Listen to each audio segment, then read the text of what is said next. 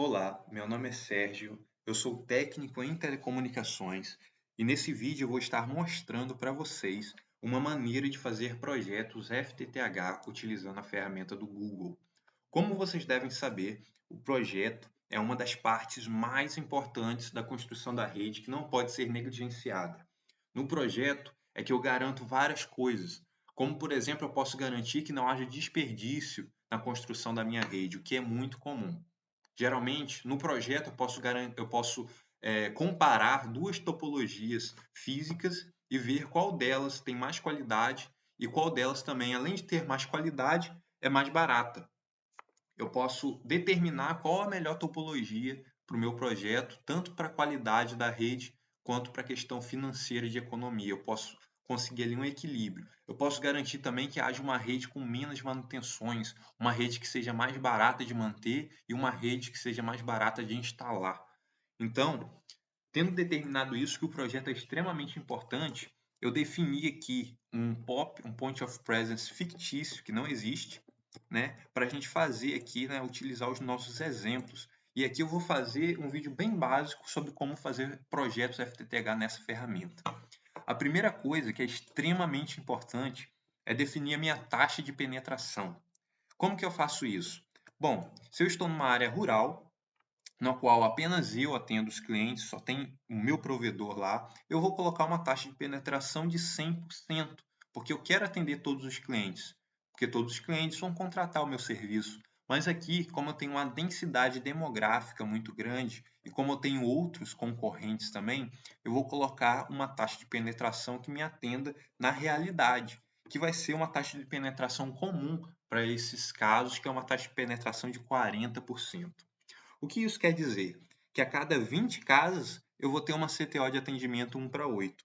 Ou que a cada 40 casas eu vou ter uma CTO de 1 para 16. Então vamos medir aqui. Eu selecionei primeiro a minha régua, correto? E eu vou medir, vou simplesmente contar o teto das casas aqui, né? 1, 2, 3, 4, 5, 6, 7, 8, 9, 10. Então eu sei que até aqui, mais ou menos, eu tenho 20 casas, contando os dois lados da rua, correto?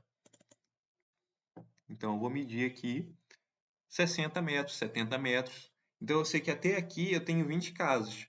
Poxa, se eu colocasse uma CTO de 1 para 8 aqui no meio, né, eu ia ficar bom, mas para ficar melhor ainda, eu ter uma economia de CTO, eu posso colocar aqui uma área de atendimento de 120 metros e colocar uma CTO de 1 para 16, porque eu sei que em 120 metros eu vou ter 40 casas, contando os dois lados para a rua. Então está aqui a minha taxa de penetração de 40%, correto? Então eu tenho aqui a minha área de atendimento, no qual eu posso vir aqui e colocar uma CTO 1 para 16. Então, tendo definido que até aqui, mais ou menos, deixa eu botar a régua aqui para a gente ter uma certeza, né, do que a gente vai fazer. Até 120 metros eu tenho uma taxa de penetração de 40%. Então eu vou começar aqui a desenhar as minhas áreas de atendimento, que vai ser as minhas áreas com 40 clientes, né, em média, na qual no centro aí vai ficar a minha CTO de 1 para 16. E eu vou desenhar isso em todo local, em toda a área que eu quero estar aí atendendo.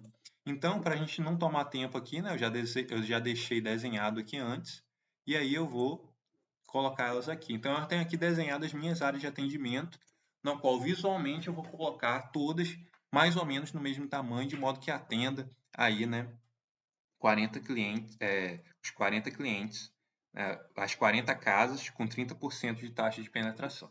Então, tendo definido aqui minhas áreas de atuações, eu vou colocar a minha primeira CTO. Eu vou procurar colocar as minhas CTOs bem centralizadas nessa área.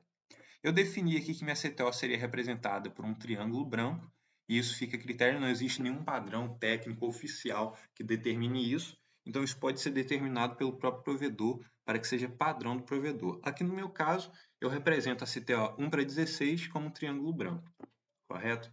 Coloco ela bem centralizada e parto aqui para a parte da nomenclatura, que é muito importante, porque a nomenclatura vai ser como se fosse o CPF da caixa. Nesse caso aqui, como é a minha primeira CTO, no meu primeiro grupo, eu coloco o grupo 1, CTO 01. Então, tendo colocado a primeira CTO, eu vou colocar as outras também. Aí estão minhas CTOs. Reparem bem que... Deixa eu colocar aqui para classificar de A a Z para primeiro ficar em cima. Reparem bem que as minhas CTOs elas não ficaram com baixadas muito grandes. Isso quer dizer que são CTOs fáceis de instalar.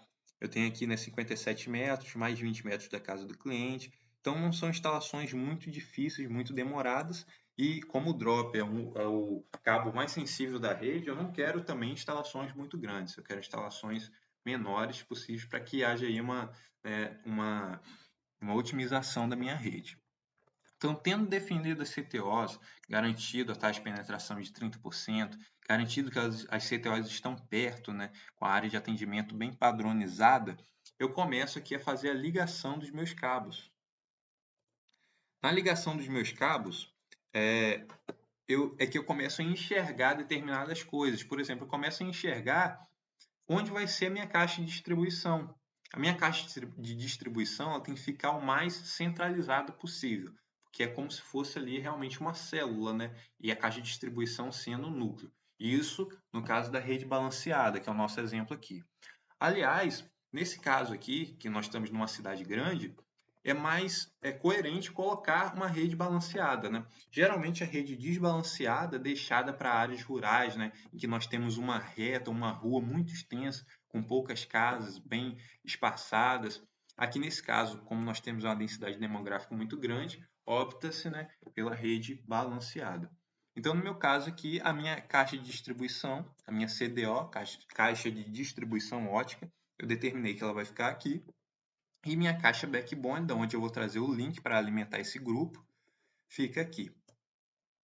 Então, depois de ter localizado a minha caixa de distribuição, eu começo a fazer a ligação dos meus cabos.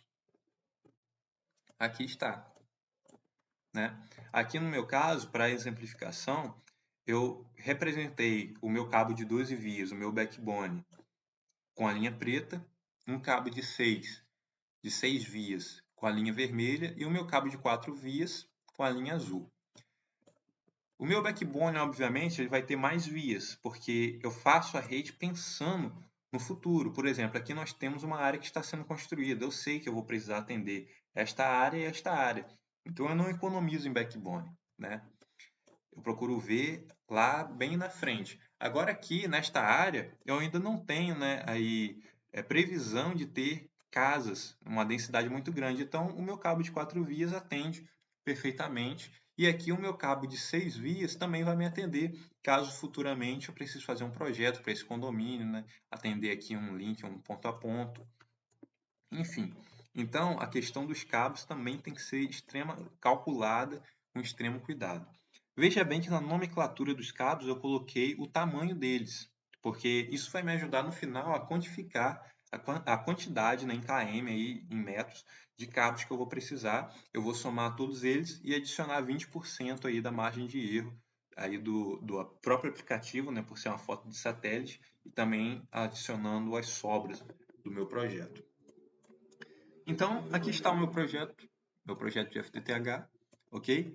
Eu fiz uma parte bem pequena apenas para exemplificar que eu posso fazer aqui utilizando o aplicativo. E eu poderia seguir fazendo aqui para o bairro todo. E como bônus aí, eu vou mostrar aqui para vocês, algo que eu não vou explicar aqui nesse vídeo, vou apenas mostrar, né?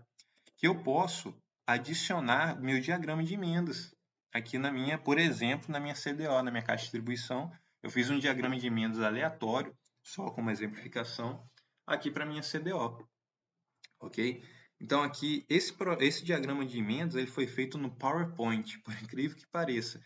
Não é um programa para fazer exatamente o diagrama de emendas, mas por ser um programa gratuito, eu quis mostrar que você tendo domínio aí do programa, você pode fazer sim um diagrama de emendas no PowerPoint. Isso aqui é extremamente importante, porque é documentação de rede. É isso que torna a rede uma rede de valor, porque isso aqui vai facilitar manutenções, vai garantir que as manutenções, os problemas sejam resolvidos mais rápidos, ok? E isso vai ajudar na implantação da rede, porque eu vou entregar este documento para o meu técnico de fusão e esse vai ser o mapa que ele vai utilizar para construir a caixa E do mesmo jeito que essa caixa de distribuição tem seu diagrama, todas essas caixas aqui vão ter seu diagrama de fusão, ok? Gente, esse foi o meu vídeo, muito obrigado aí por assistir, ok? Foi um exemplo bem básico sobre como fazer projetos FTTH. Muito obrigado.